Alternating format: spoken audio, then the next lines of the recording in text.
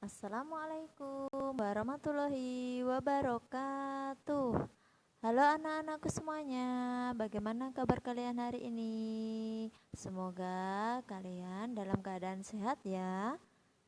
Nah, sekarang kita masuk pada tema 6, subtema 1, materi 3, yaitu pembelajaran 5 dan 6. Nah, sebelum masuk materi, di sini Bu Guru berdoa semoga pandemi segera berlalu ya. Kalian semua diberi kesehatan.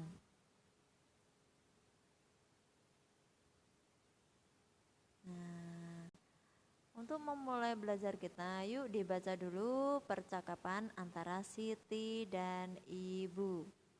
Kita baca bersama-sama ya. Siti, Bu, mengapa ya angkot tadi mogok? Ibu menjawab, sebab bensinnya habis. Kalau bensinnya habis, mesinnya tidak dapat hidup. Akibatnya mobil tersebut mogok. Siti bertanya, berarti bensin sumber energi mobil ya, Bu? Ibu menjawab, benar nak. Bensin adalah salah satu jenis bahan bakar minyak untuk kendaraan. Kemudian Siti bertanya lagi, bahan bakar minyak terbuat dari apa, Bu? Ibu menjawab, bahan bakar minyak berasal dari fosil hewan. Fosil hewan adalah hewan yang mati dan tertimbun di dalam tanah jutaan tahun yang lalu. Siti bertanya lagi, berarti sulit ya Bu memperoleh BBM itu? Iya nak, butuh waktu yang sangat lama. Dan Siti bertanya lagi, apakah BBM hanya untuk menghidupkan kendaraan Bu? Ibu menjawab, oh tidak, BBM itu bukan hanya untuk kendaraan. BBM juga dapat digunakan di dapur untuk menyalakan kompor, di pabrik untuk menghidupkan mesin-mesin pabrik. Jadi di mana saja BBM banyak digunakan. Siti bertanya, lama-kelamaan dapat habis ya Bu? Ibu menjawab, betul nak. Oleh karena itu kita harus menghemat penggunaan BBM. Mengapa? Karena cadangan BBM di bumi makin sedikit. Siti, percakapan Siti lagi, oh begitu ya Bu? Iya nak. Wah kita sudah sampai, ayo siap-siap turun. Oh iya Bu.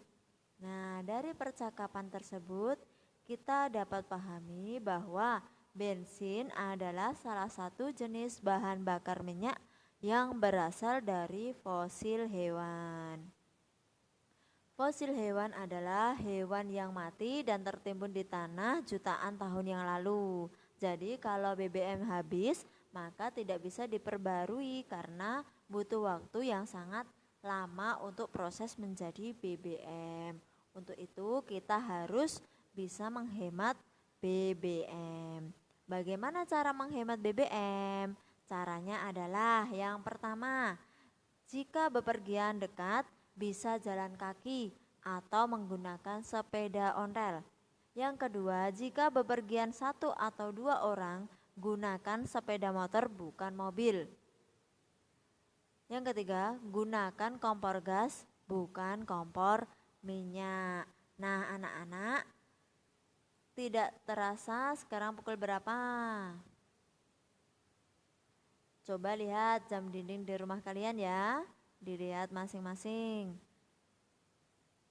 Untuk lebih jelasnya dalam membaca dan menulis jam, mari kita simak video berikut. Kita simak bersama-sama ya. Membaca dan menulis jam. Disimak baik-baik ya. Assalamualaikum warahmatullahi wabarakatuh. Hello kelas. Kita simak videonya ya. Assalamualaikum warahmatullahi wabarakatuh. Hello kelas. Di video ini kita akan belajar tentang membaca dan menulis jam Materi tema 3 kelas 3 SD.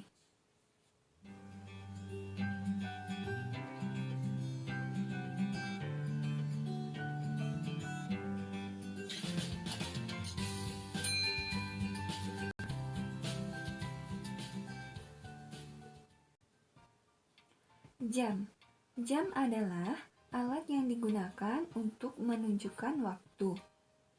Terdapat banyak jenis jam yang bisa kita jumpai di sekitar kita, di antaranya jam dinding dan jam tangan. Satuan yang biasa digunakan untuk menyatakan waktu adalah jam, menit, dan detik. Bagaimana ya cara membaca dan menuliskan jam? Kita simak penjelasan berikut ini. Jam terdiri dari angka 1, 2, 3, 4, 5, sampai 12. Pada jam terdapat dua buah jarum. Jarum pendek menunjukkan jam dan jarum panjang menunjukkan menit. Coba anak-anak perhatikan, jam berapakah ini? Jarum pendek menunjuk ke angka 2. Jarum panjang menunjuk ke angka 12. Maka dibaca pukul 2 dan cara penulisannya adalah 02.00. Perhatikan jam yang kedua. Jarum pendek menunjuk ke angka 6. Jarum panjang menunjuk ke angka 1. Maka dibaca pukul 6 lebih 5 menit. Kenapa ya lebih 5 menit bukan lebih 1 menit? Kalau anak-anak perhatikan, di antara angka 12 dan 1 terdapat 4 buah garis. Masing-masing garis itu bernilai 1 menit. Maka ketika jarum panjang di angka 1 menunjukkan menit ke-5. Penulisannya adalah 06.05. Selanjutnya, jarum pendek menunjuk ke angka 4. Jarum panjang menunjuk ke angka 3. Maka ini pukul 4 lebih berapa menit ya? Tiap angka yang ditunjukkan jarum panjang dihitung per 5 menit. Jika jarum panjang di angka 1 menunjukkan lebih 5 menit, maka jika jarum panjang di angka 3, kita kalikan saja 3 dikali 5 sama dengan 15 menit. Maka jam tersebut menunjukkan pukul 4 lebih 15 menit. Ditulis 04.15. Jarum pendek menunjuk di antara angka 7 dan angka 8. Karena belum melewati angka 8, berarti ini masih pukul 7 ya. Kemudian jarum panjang di angka 6 lebih 2 garis.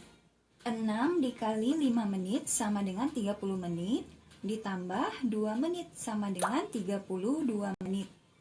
Maka jam tersebut menunjukkan pukul 7 lebih 32 menit. Ditulis 07.32.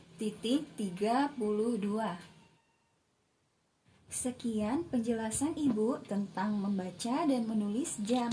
Semoga anak-anak paham ya. Selamat belajar dan wassalamualaikum warahmatullahi wabarakatuh.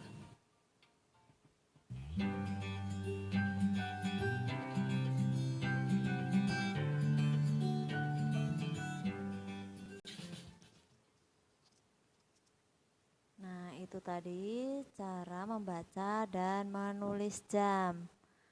Bagaimana anak-anak? Kalian bisa kan membaca dan menulis jam? Nah, pasti bisa ya. Apakah di kamar tidur kalian terdapat jam dinding? Ingat ya, anak-anak, kalian punya kewajiban merawat jam dinding yang ada di kamar tidurmu. Kalian harus merawatnya. Selain itu, setiap anak memiliki hak dan kewajiban dalam menggunakan energi di rumah. Misalkan sebagai berikut. Kewajiban. Nah, seorang anak di rumah berkewajiban menghemat air dengan tidak berlebihan saat mandi, mencuci, dan lain-lain. Masih banyak ya contohnya. Nah, pada saat mandi itu ya sewajarnya saja. Kalau sudah selesai, ya langsung keluar, kemudian ganti baju. Nah, jangan sampai berlebihan. Wajib menghemat penggunaan listrik dengan mematikan TV jika tidak dilihat, mematikan kipas angin, lampu, AC jika tidak digunakan. Jadi mematikan TV pada saat tidak dilihat, jadi jangan dibiarkan saja hidup terus. Mematikan kipas angin jika sudah tidak diperlukan harus dimatikan. Terus penggunaan lampu pada saat pagi hari, nah itu juga saatnya dimatikan ya, jangan dihidupkan terus. Wajib menghabiskan makanan yang telah diambil.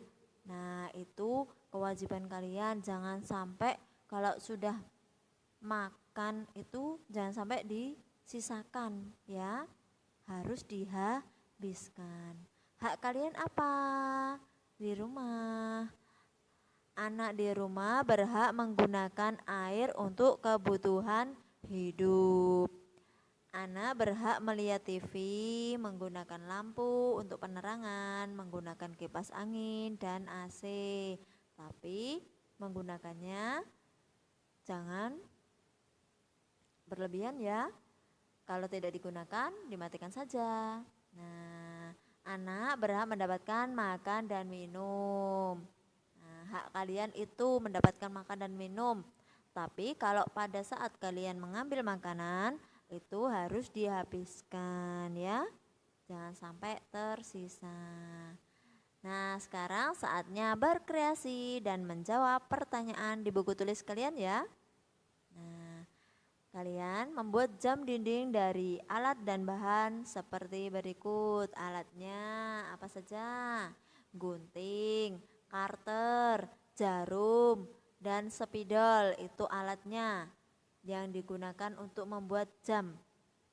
Kemudian bahannya kertas tebal atau kardus bekas dan lem.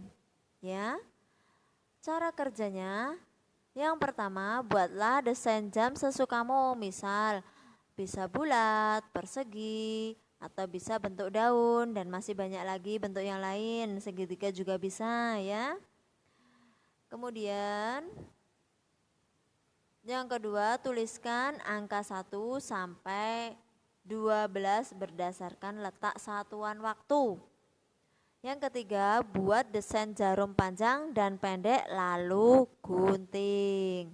4, tentukan titik tengah lalu satukan ujung jarum panjang dan pendek, tempelkan di titik tengah menggunakan jarum.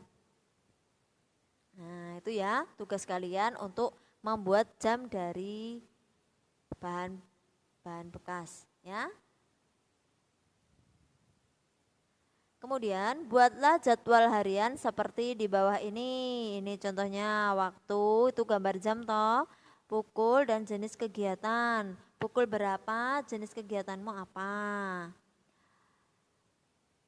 Hubungi bapak atau ibu guru melalui video call, lalu tunjukkan jam yang sudah kamu buat. Nah, kalau sudah selesai kamu buat jam, itu kalian harus melaporkan hasilmu kepada Bapak Ibu guru dengan waktu sesuai jadwal harian. Misalkan sambil menunjukkan jam yang jarum panjang dan pendek di angka 12. Bu, pada pukul 12 saya tidur. Nah, itu cara kalian melaporkan sama ibu guru ya. Nah, ini ada gambar, ini gambar apa? Ditulis di kolom itu ya, di titik-titik itu, ini gambar apa? Terus hal yang seharusnya kamu lakukan itu adalah apa? Kalau melihat gambar seperti itu, yang harus kamu lakukan itu bagaimana? Nah, ditulis di titik-titik itu ya. Nah, kemudian di rumah aku memiliki kewajiban dan mendapatkan hak dalam penggunaan sumber energi. Aku bisa menuliskan semua hak dan kewajiban dalam menggunakan sumber energi di rumah. Aku menulis tanda centang. Nah, kamu menulis tanda centang jika kewajiban tersebut sudah kamu lakukan atau hak sudah kamu terima. Ya, diberi tanda centang. Kalau kewajibanmu sudah kamu lakukan dan hakmu itu sudah kamu terima itu dicentang. Dan menulis tanda silang jika kewajiban tersebut belum kamu lakukan atau hak belum kamu terima. Ya, kalau centang itu kewajiban yang sudah kamu lakukan atau hak yang sudah kamu terima. Kalau silang itu kewajiban yang belum kamu lakukan atau hak yang belum kamu terima. Ditulis di kolom tersebut, ya. Bisa dipahami ya? Demikian pembelajaran kita pada hari ini. Semoga ilmu yang kalian dapatkan bisa bermanfaat. Terus belajar, tetap semangat, pantang menyerah ya anak-anakku. Untuk Bapak Ibu semua, terima kasih sudah membimbing anak-anak, sudah menemani anak-anak dalam belajar. Terima kasih banyak. Sampai jumpa di pembelajaran selanjutnya ya anak-anakku. Wassalamualaikum warahmatullahi wabarakatuh.